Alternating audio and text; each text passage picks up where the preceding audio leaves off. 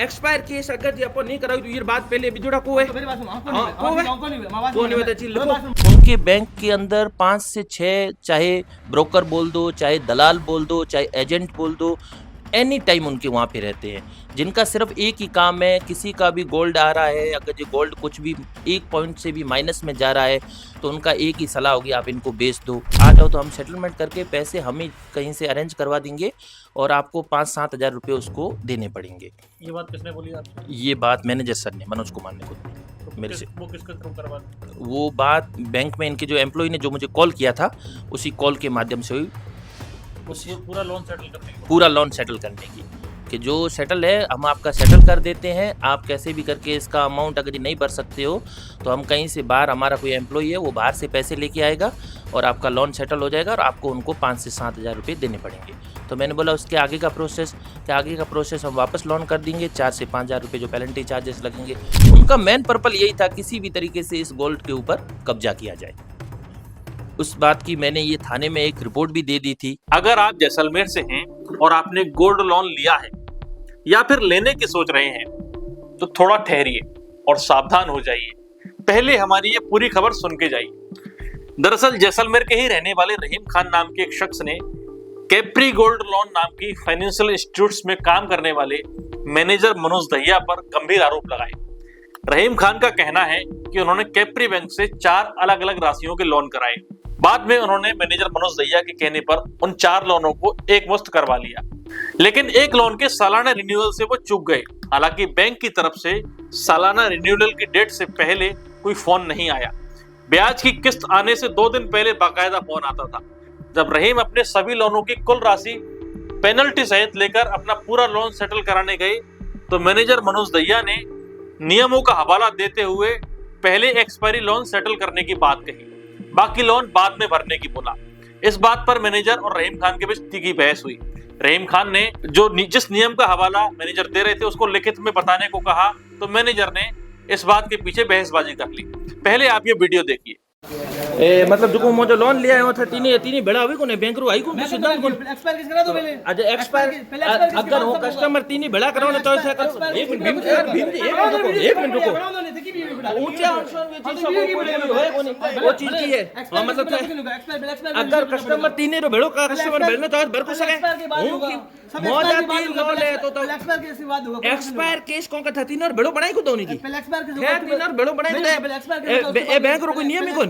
चलो एक्सपायर थे अगर जो ये मतलब पेनल्टी अगर सो पे कस्टमर ना अगर जानकारी नहीं हो से मैं नहीं लेता हूं पेनल्टी तो कंपनी पेनल्टी नहीं तो कस्टमर आप रो क्लोज करो तो थे कर सो को करो 10 को मेरे की रही मना इस कोई लेना दर्द 10 मैं कने रिकॉर्डिंग है मेरे पास मैडम री रिकॉर्डिंग है मैं कने पहले रही तो वहां पहले पेनल्टी लगे क्यों थे लोन देवने देम दो चीज को करो नहीं सब गोल्ड के मैं तो बुलाया आ रही छोड़ दे तो आज रही हुई चीज ना पहले करवे न हूं मो कस्टमर का हां मो तो तीन लोन और मैं भरनो तो थोन की दिक्कत है एक्सपायर कर दे कोई जरूरी थोड़ी ना कि तीन है कि जो भेड़ो बननो तो एक्सपायर की कर सक ये में लोन पे से ना एक्सपायर ये में की करनो चाहे एक ही जगह नियम था लिखो है लाइन अगर एक चीज लाइन है कि बैंक कई के एक लोन में को नहीं करान तीन ही भेड़ा एक्सपायर की सना करे जातो सुबह डिटेल क्यों करो ना सुबह थोर भरोसो को थे रोज रो कई के नेटवर्क की को नहीं थे कोई थे नेट जासो जुबानी वैल्यू की करो जुबानी वैल्यू वही वो इंसान वही देखो वही थे हट जासो ये चीज रे मथा से हूं की करी भाई ए चीज मना ये चीज को लोन देनो का मना मत तीन ही लोन क्लोज कराना है मत तीन रे बनाए दो मना कहनो अरे भाई ये हट जाया करी आपकी बात मथा से हट जाया करी मैं पहले भी लोन मिला मना था नहीं मन ठाकुर भाई मौजा तीन ही लोन है मना मौजा तीन ही लोन क्लोज करना है कर रहे हो को कर रहे हो फाइन हूं को गातो एक रो हूं एग्री को नहीं चीज मते हूं चीज एग्री को नहीं मो जो टोटल है 15-16 लाख जितो लोन है हूं क्लोज करानो चाहिए इते मना कर दी तुम तो करो लिख बना दो एक्सपायर केस ही पहले होगा उसके बिना कुछ नहीं होगा। हां पहले भला एक्सपायर करा तीन एक्सपायर बनाओ वो आरटीजीएस मंगाओ आरटीजीएस में बड़ी आरटीजीएस आएगा। अरे था केस जो को मैं सब चीज है वो चीज मना मत समझोते एक्सपायर केस जमा करो मना वो चीज सब जमा करनो करो तीनों रो भेड़ो पहले बनाओ तो आरटीजीएस आई मीडिया से तन टेक्स्ट मैसेज आसे पूरा आईटी से कुछ जानी मैसेज आए तो पूछो जानी पूछो कस्टमर लाइए गो आवे नहीं समझे वो ना ठीक समझे है बेटा मना वो चीज मत बताओ ठीक है स्क्रीनशॉट फिर तीन और को करना चाहो लास्ट एंड फाइनल बात है हूं चाहे बड़ा न्यूज एजेंट बुलाओ विद्या बुलाओ चाहे बैंक बुलाओ मार्केटिंग करो मैं कद मना कर फिर तीन और को करो मैं मना कर दियो तो थे मना ही करे उन्हें से बनाता क्यों को उसके नहीं बाद सब कुछ का मैं एक्सपायर चलो एक मिनट एक्सपायर करो बाद में करो चलो एक मिनट एक्सपायर केस अगर जी अपन नहीं कराई तो ये बात पहले बिजुड़ा को है तो मेरी बात सुनो को नहीं मैं बात को नहीं होता चीज लिखो ए लिखो सुन सुन बात को नहीं होता लिखो नहीं बात सुन मैं ऊंचा ऊंचा बोलो तो कहीं को है हूं कहीं को पहले थोड़ा शुरुआत करियो मैं को करियो पहले थोड़ा शुरुआत करियो वो चीज मत कहो सुन बात है जुबान मिली की फालतू बात है मैं तो सोचे वन में पहले बात करी हूं थोड़ा प्यार से पे को मोटा लोन है थेवी चीज मना मोटा लोन बंद कराना है वही तो करो नहीं होई तो लिख दो एक बार मना कियो कोनी में बंद के ठोकायो पे एक्सपायर रिटायर्ड हो गया कोनी सुन नहीं बात एक्सपायर हो तो थोड़ी जल्दी से बात पे सुन तू सुबह में भड़का में बोली पड़ी सुबह के 3% नहीं ले सको 3% नहीं ले सको के 3% नहीं ले सको कस्टमर थोड़े समय बोल तो सुबह में नाम लाने की जरूरत है तुझको भड़का बोली पड़ी वीडियो बनाना है छाड़े वीडियो मना खाए तो मना कर लो वो चीज छोड़ो है हूं कह रहा बेकू बनाए हुए हूं तो कह रहा था लिख दो ना बेकू बनाए हुए तो बात समझ को बात ना कोई हूं समझ तो को नहीं था समझू ही सारा मैं समझता ही कोनी तो तुम जिको न्यूज़ बुलाना जिको बुलाना तू बुला और तो नहीं कर रहा तो लिखो नहीं लाइन लिखो बच्चों बताओ मैंने क्या बोला इसके बाद जिको मैं करना है और बात नहीं लो हूं वो जो अमाउंट भरनो तो तीन लोन और मैंने मना कर दिया पहले क्लियर कर दो ये चीज मैंने कोई आई को नहीं पहले एक्सपेंस कर दे ए नियम की थे फोन पे लिमिटेड है नियम की सुन सुन बात सुन सब लिमिटेड है मैं लिख दो क्या चीज नियम है मैं लिखो तो साइन करना सी लगा ये ना की करो बुंगली करो की बुंगली कर दो बुंगली कर दे हमारी बात सुनो हमारी बात सुनो अरे भाई सोई भाई हूं प्रेम से जाए बोलियो नहीं मैं की ऊंचो चीज करूं ऊंचो आयो के ओ कहीं दुनियादारी घणी लंबी चौड़ी है ठीक है ना वो चीज बढ़िया चीज है मैंने कोई दिक्कत कोनी वैसे एक्सपायर के जमा कर दो सुबह आए आईडी निकल जाए दूसरा नंबर दीजिए आईडी निकल जाए ऑटोमेटिक मैसेज आता है 24 घंटे ऑटोमेटिक सब वो चीज है अरे हट जाओ ये अपनी बात मत हट जाओ वो चीज मैं गाना मत आओ एक मत आओ मैं को लटिया भाई तो मैं को लटिया ओ ये दिन आए ये अरे बोल रहे सारे में 3 दिन 4 दिन तक 5 दिन तक वो बता खा चेक डिल ऑटोमेटिक वर्ड में सब चीजों से ए चीज है को करता ए फाइनल है को करे नहीं करता ही नहीं बात करी बेटा बस आरटीजीएस डिटेल डाल दो हां तो मेल डाल चेक नंबर डाल सुबह अपने मैसेज आता है करी तीनों बड़े को करता फाइनल है कल भी अटेंड कर देनी छोड़ो मना को कराना मना को कराना मनते तीनों बड़े को करता वो करता वो आगे से आएगी हां या ना बस को करता वो आगे से आएगी मेरे पास दी आएगी हमने जब मैनेजर मनोज दहिया से ऐसे किसी नियम का लिखित में प्रूफ मांगा तो वो संतोषजनक जवाब नहीं दे पाए। सर ये आपका जो रूल बता रही है राइटिंग में है क्या बैंक के पास? नहीं आप जो ये रूल बता रहे हो मुझे मौखिक रूप से कि सर ऐसा होता है ये रूल आपकी नॉर्म्स में है क्या? कंपनी की पॉलिसी है ना जी कंपनी की पॉलिसी में यही है कि जो कहाँ है वो कंपनी की पॉलिसी? राइटिंग में है क्या, लिखित में? मेरे को मंगवाने पड़ेगी मेरे को मंगवाने पड़ेगी। तो आप मंगवाइए, मैं बैंक आ रहा हूँ सर आपके पास। हालांकि बैंकिंग नॉर्म्स के हिसाब से बैंक में 20,000 रुपए से ज्यादा का नगद लेन देन नहीं हो सकता, लेकिन इस वीडियो में आप देख सकते हैं कि मैनेजर साहब किस तरह से कैश राशि गिन रहे हैं। इस पूरे मामले पर जब हमने पीड़ित रहीम खान से बात की तो उन्होंने पूरी कहानी सिलसिलेवार ढंग से हमको समझाई। आप पहले रहीम खान की बात सुनिए। मेरा नाम रहीम खान है। एक्चुअली मामला ये है कि आज से 2 साल पहले मेरे मदर कैंसर पेशेंट हो गए, तो फाइनेंशियल कंडीशन को देखते हुए मैंने जैसलमेर में जो एक ऐप चलता है कि 5 मिनट में लोन लो और 10 मिनट में लोन वापस छुड़ाओ, तो किसी ने मेरे को सलाह दी कि गवर्नमेंट बैंक में टाइम लगेगा तो प्राइवेट बैंक से लोन करवा लो। तो मैंने मेरी फैमिली के जो भी जेवरात वगैरह थे उनका मैंने केफरी गोल्ड लोन जो जैसलमेर की बैंक है वहाँ पर मैंने लोन करवा दिया। 4-5 छोटे-छोटे लोन में डिवाइड मैंने लोन करवा दिया। फिर 2 साल तक मेरे मदर का ट्रीटमेंट चला, मैं बाहर रहता था, तो वहीं से इन्होंने जो मुझे ऐप दिया था, ऐप के माध्यम से मैं सारा ब्याज वगैरह टाइम से, एक दिन भी मेरा किसी ब्याज वगैरह का कभी ऊपर नहीं गया। फिर मेरे मदर एक्सपायर होने के बाद जब टाइम लग गया, मैं वापस आया, तो एक लोन के अंदर इन्होंने बोला कि सारे लोन, मनोज कुमार सर करके हैं जो मैनेजर है वहाँ पे, उन्होंने बोला सारे लोन को आप एक में कन्वर्ट करवा दो। तो मैंने उनकी सलाह पे एक में कन्वर्ट करवा दिया, मतलब 3 पार्ट के अंदर 16 लाख रुपए का लोन कन्वर्ट करवा दिया। फिर जब लास्ट एक कुछ टाइम पहले अगले महीने मतलब एक लोन था जिसके अंदर रिन्यूअल डेट आ गई साल भर का। साल भर के बाद उन्होंने बोला कि लोन चेंज करना पड़ता है, तो मैंने बोला आप एकदम से बोल रहे हो, 5 दिन ऊपर चले गए, आपको पहले ये चीज़ बतानी चाहिए थी।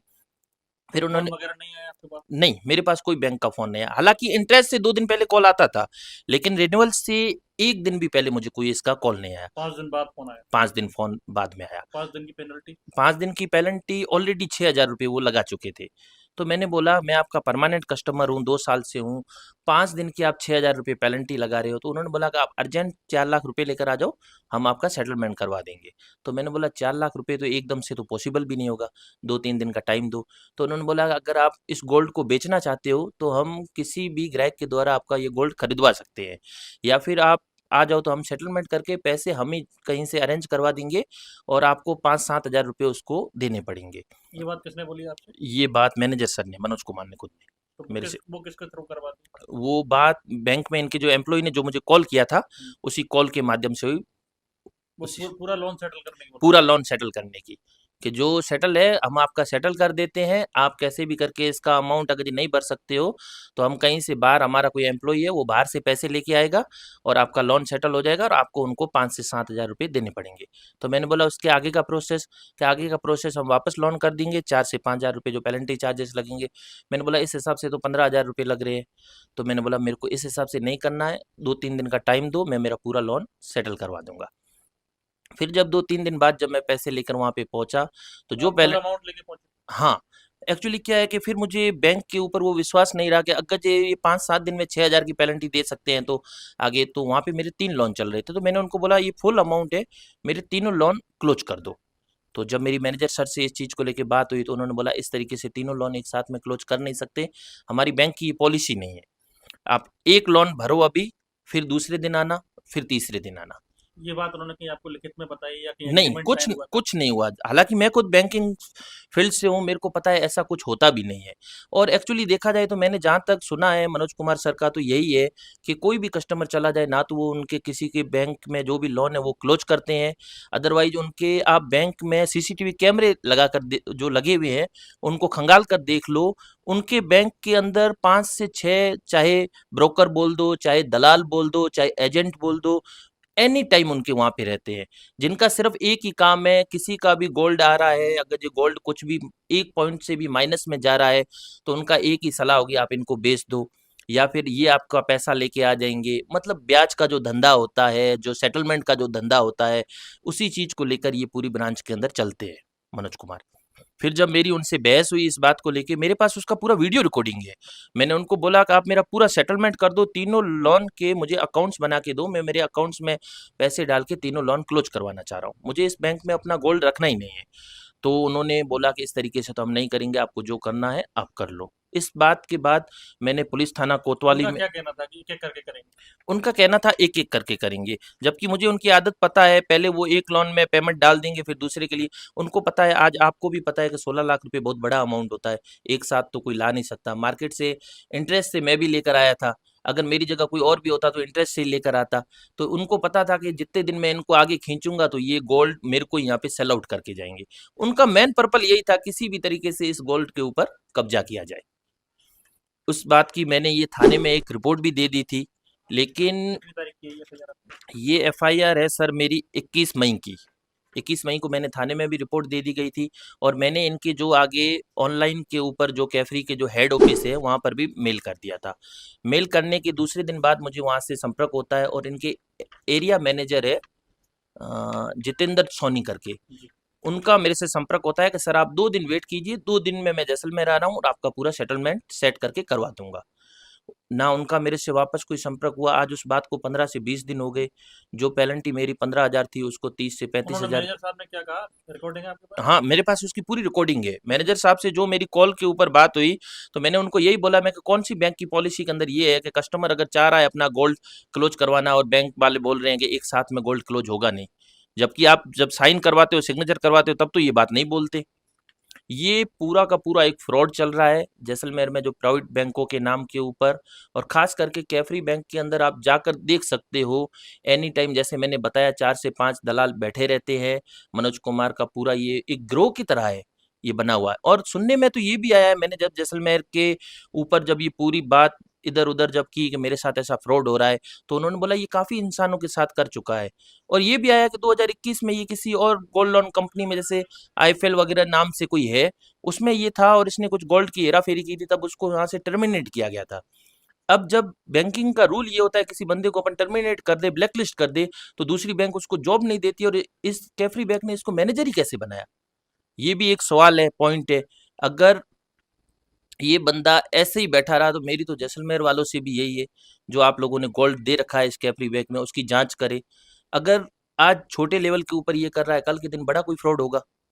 ऐसे लोगों से सावधान रहे। मैंने इसका आगे मेल भी कर दिया है, इनकी कंपनी में भी मेल किया है, जिसका रेफरेंस में मेरे को जवाब भी आया कि 2 दिन में कार्रवाई करेंगे, वापस जवाब देंगे। ना उनका वापस कोई जवाब आया।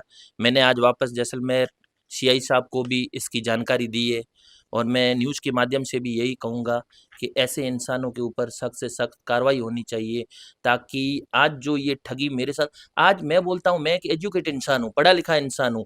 आज जब हम पढ़े लिखे इंसानों को ये ऐसे बेवकूफ़ बना रहे हैं, हमें मतलब अपनी बात तक रखने का मौका नहीं दे रहे, तो आम इंसान के लिए तो क्या है? प्राइवेट बैंकों में लोन किस लिए लोग करवाते हैं कि आसानी के साथ लोन मिल जाए, और टाइम आने पे जब ज़रूरत हो तो लोन लेके वापस क्लोज कर दे। अभी आपकी पेनल्टी कितनी होगी? क्योंकि 10-15 दिन की मतलब महीना भर इसके एक्चुअली महीने से 1.5 महीने, बन रही होगी। जी, जी, बिल्कुल, बिल्कुल। और उसके चलते जो मेरे जो रेगुलर जो लोन चलते थे, मैंने उनका भी ब्याज इंटरेस्ट देने से मना कर दिया। आप चाहो तो बैंक के सिस्टम को चेक कर सकते हो। 2 साल में मेरा एक भी रुपया किसी चीज़ को लेकर ड्यू नहीं था, जो आज मेरा वो पेनल्टियाँ लग रही है। 30 से 35 हज़ार रुपये मेरी पेनल्टी लग चुकी है ऑन रिकॉर्ड, जो बैंक का जो ऐप है जिसके माध्यम से मैं देख पा रहा हूँ। और रीज़न सिर्फ़ एक ही है, वो है मनोज कुमार का ईगो।